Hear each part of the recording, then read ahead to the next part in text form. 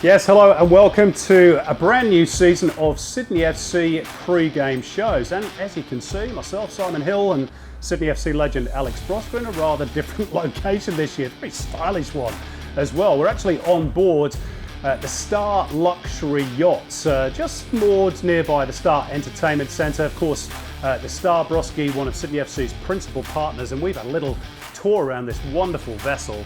Absolutely splendid. It was, and to be fair, last year we did most of our stuff on the field. But if this is where we're going to be every week, we'll have it. I'm not sure we're going to be able to afford to rent it, either of us, not even jointly. But anyway, it's a great place to do this show. So it is Derby week, of course, which is fantastic for all concerned in Sydney. Brosque, how was your off season, and how much are you looking forward to this particular derby? Yeah, off-season was good. It allowed everyone just to take a bit of a break, step back and enjoy time with the family. But it's good that football's back. It wasn't a long break, but to have the derby come around so soon as well is, for me in particular, very, very special. Living out in Western Sydney and getting to experience the derby is always great. What's your favourite derby memory? Oh, look, there'd be a few, but I think one of them that just off the top of my head, I think is definitely that round one, 60,000 people, 4-0. So much hype leading into that game. I made a lot of comments that got the Wanderers fans a little bit upset. So there was a lot that we had to back up going into that game, and we did it in style. So that was definitely a highlight. Okay, well, we always know there's plenty of passion about when the derby comes around. Let's take a look back now at some of the most heated moments. Oh, lash out by Georgievski, and it caught the face of young Tillio, and Georgievski's in real bomber here, I fancy. There's no doubt about it. Try and make sure this doesn't escalate further, because he's going to be shown the 7th red card in the history of the Sydney derby. It's no yellow, it's a straight red for violent conduct. That's clever, that's onside. Here's a chance for Rowley. Bonavacia pulls one back. This goal could yet be chalked off. It's going to be a free kick. Marcus Babbel saw him point towards the centre circle, and he thought that was goal time.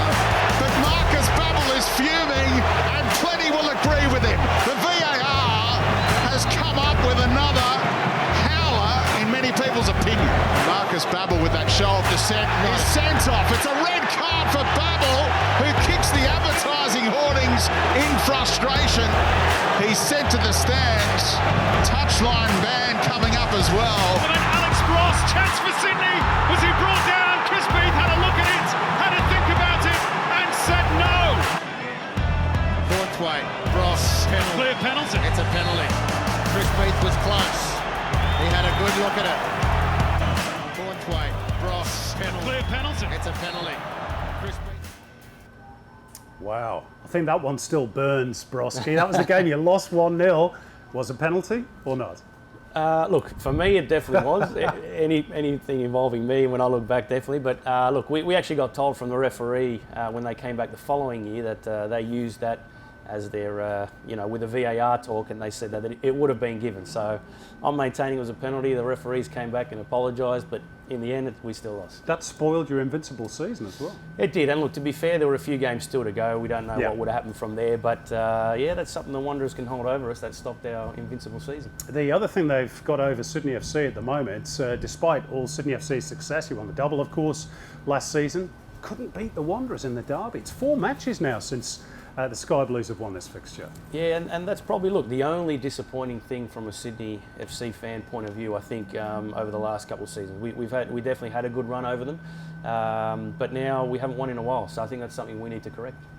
Well, Sydney FC did win the fixture in Wollongong against Wellington Phoenix by 2-1. What did you make of their performance on that particular occasion at Wynn Stadium, Brosque? And in particular, those 2 goals from Callum Nieuwenhof and Luke Bratton, pretty special, huh? They were special. I think definitely worthy of winning any match. But I think Callum Nieuwenhof just continues to impress everybody. He's come in relatively unknown to the to fans sitting outside and looking from the outside in. But he's made that position his own, and he's looked every bit a comfortable holding midfielder in that Sydney FC team. So he's impressed me. I think he definitely deserved that goal and deserved for more people to be talking about him. And the victory in general, I think, was a good, solid start for them. How big a future has this kid got, Brosque? He's exploded onto the scene, particularly at the Asian Champions League. And look, that was a huge test for him. You know, I think a lot of kids in that situation will either sink or swim, basically. And he came out flying. He looked comfortable, like I said. Doesn't matter who he was paired up against. He likes coming in deep and getting the ball. He's confident, but not arrogant. And I think, look, he's just a joy to watch at the moment. Everyone I've spoken to has nothing but glowing words to say about him. And like I said, he continues to impress with every appearance. Okay, has got a bit of an ankle problem, so we'll see if he gets selected for the game against the Wanderers this weekend. If he does, of course, it'll be his first taste of derby action, and he's probably going to have a few nerves, but if he does, perhaps he can take inspiration from looking back on that famous game, round 1 in 2016, when Sydney FC absolutely belted the Wanderers by 4-0. Let's reminisce now on that night, the season opener it was, with one of Brosque's former teammates, Michael Zullo. I feel like I've done this before. A huge night for the A-League. And let battle commence in front of this. Yeah, this is the first derby. I remember it pretty well because it was my first game for Sydney FC, first A-League game for Sydney FC. So the build-up was massive. You know, Western Sydney games are always the biggest of the season for us, one of the biggest because of the Sydney derby. But ANZ was full. It was 60-something thousand. That was a strong tackle by Cornthwaite there. I remember that. That's good. That's kind of what derbies are about. Then all the boys get in the mix and nothing really happens. But you know, this is the kind of feeling that these games have, not just between the players, between the fans and stuff as well. And it's exciting. It's an exciting part of the A-League. But yeah, watching these highlights, I didn't remember. I'd forgotten how under the pump we were sort of in the first half, because I kind of just remember it for all the right reasons, but they actually had quite a few decent chances. What's this one? Oh, it's a good save from Booker. Yep, Holosco's goal. So yeah, we didn't score until the 50th minute, but I felt like we were really on top in that game. I remember when this goal went in, we were the away team at the time, and everyone was behind the goals. And, that was my first taste of the Cove and stuff like that. So it was awesome to be a part of. That year, Holosco and Bobo were always in the mix, always at the back post. So it was good for me. I think maybe Holosco. I think I may have cost him a ball soon that ended up in a goal. No surprises, but here it is. So yeah, I got it on my right foot, which is never used. Got it to Holosco and he put it back to Bobo. So even though Holosco's gone, hopefully a lot more of that from Bobo this year. Very excited to get him back. But yeah, this is great memories.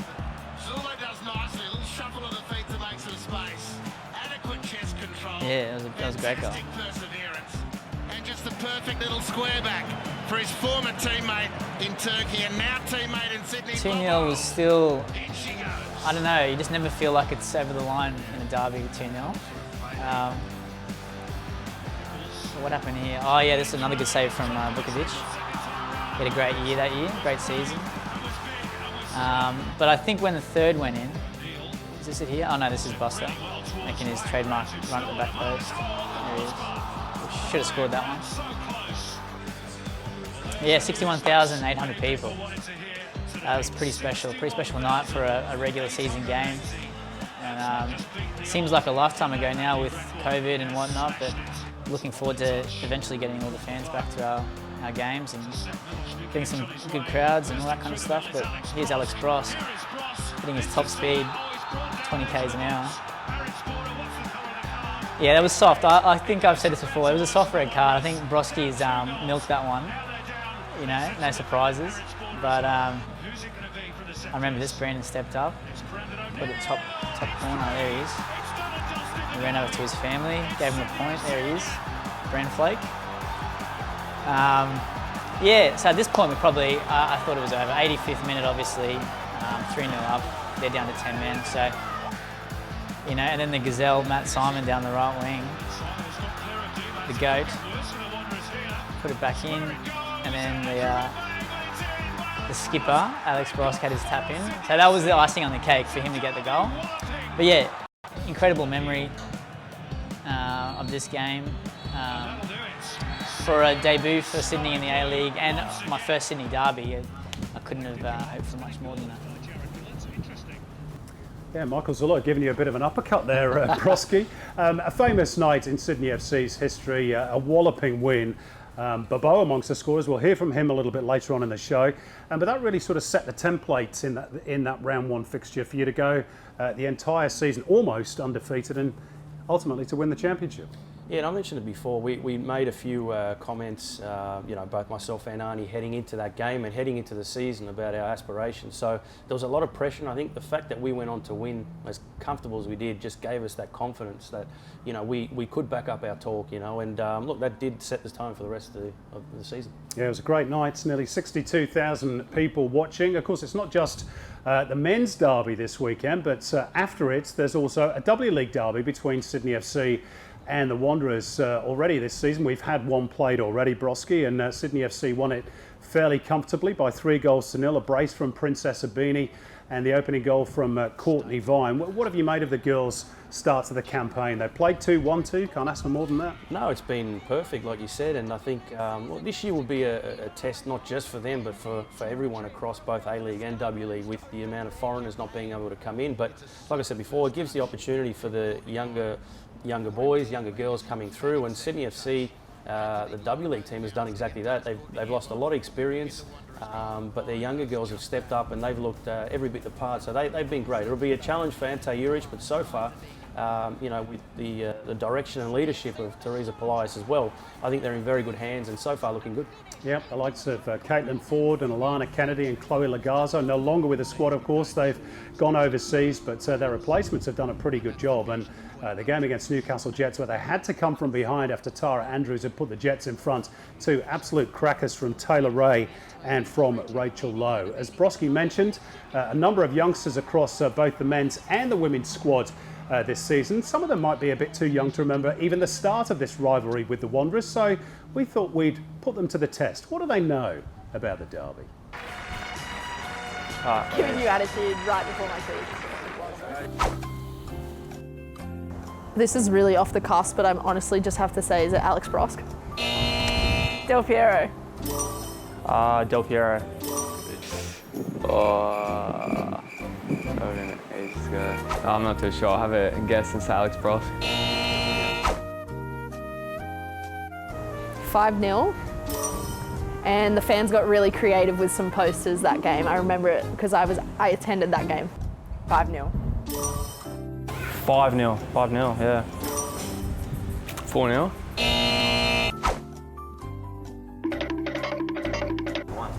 16. 15. 14. Have we lost twice? I should have known that. 15. Ooh, yeah.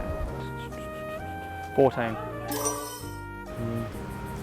Say 13.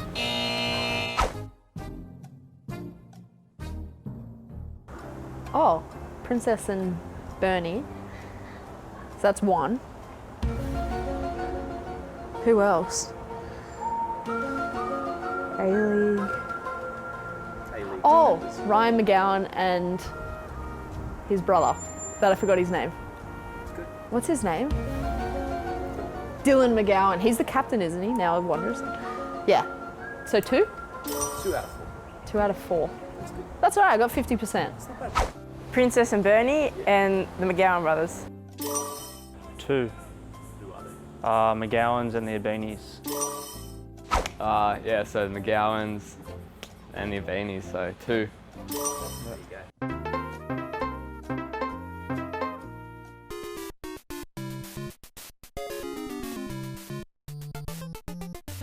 go. Winner, chicken dinner. Princess Abini? I think somebody got a bit confused between Bernie Abini and Princess Abini there.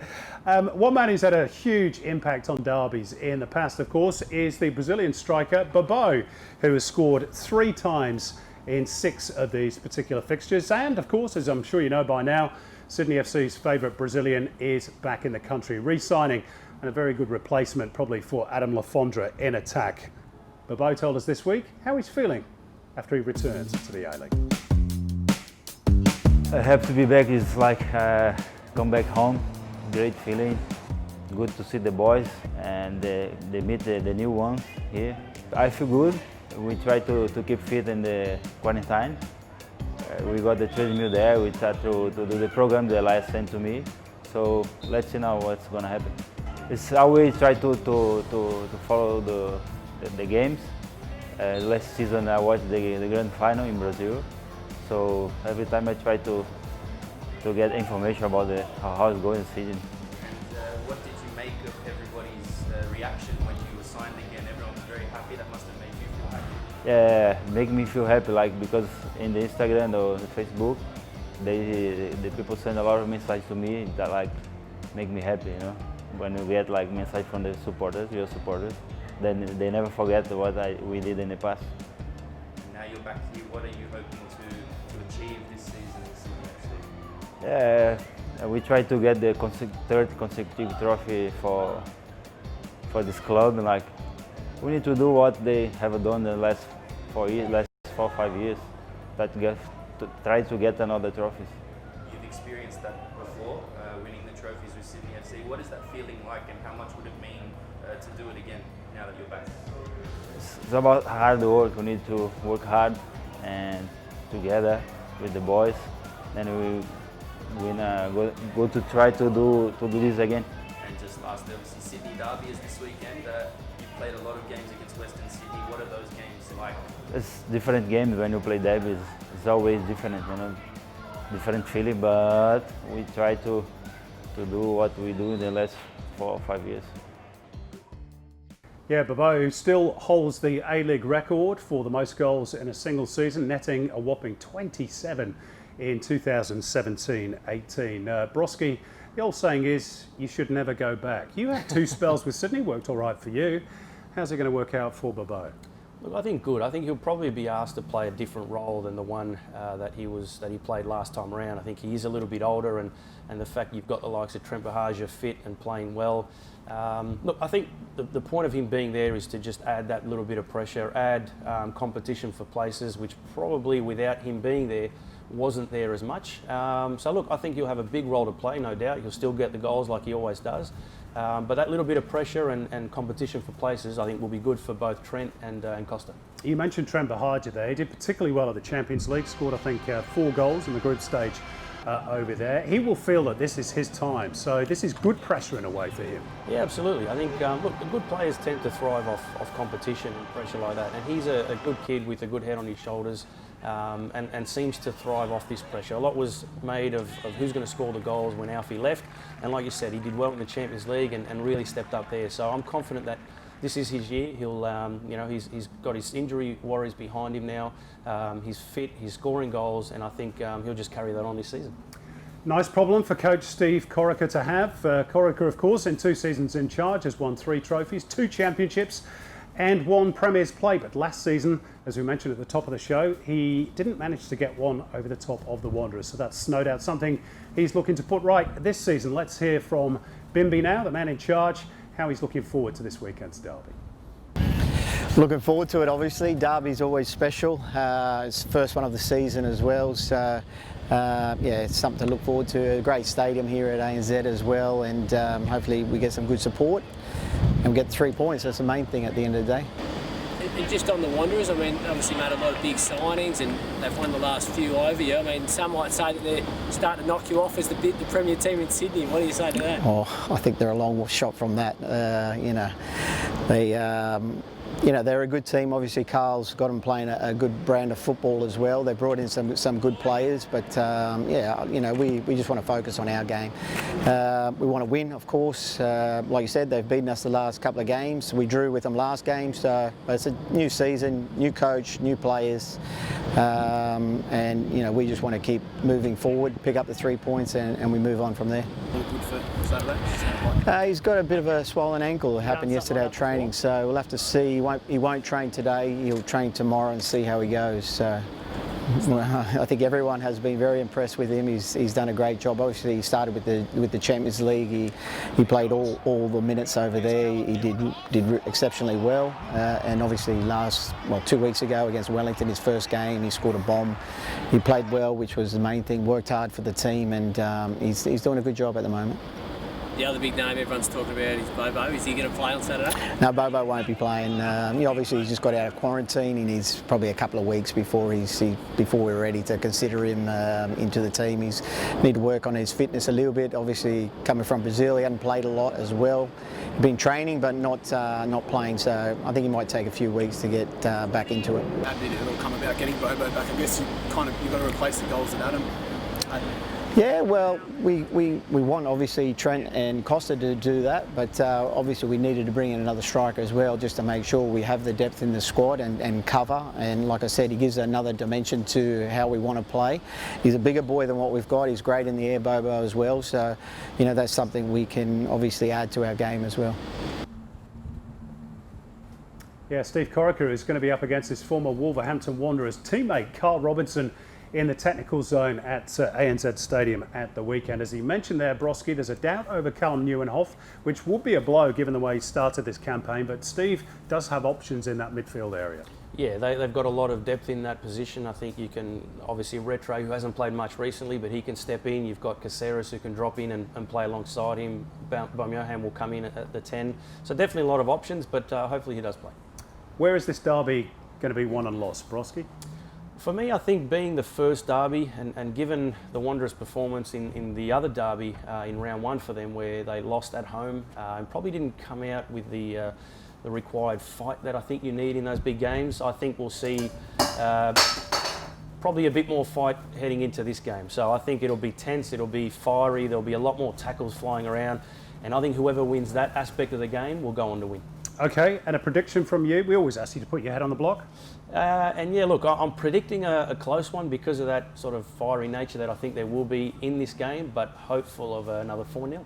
All right, thanks very much, Brosque. We hope you enjoy the game. Of course, it is live on Fox Sports and on KO and on ABC and, of course, on the MyFootball app. And we'll be back, hopefully, for the next pre-game show. Thanks to the staff for this wonderful venue. Enjoy the game. We'll see you soon. We'll leave you with some classic derby moments from the past. See ya.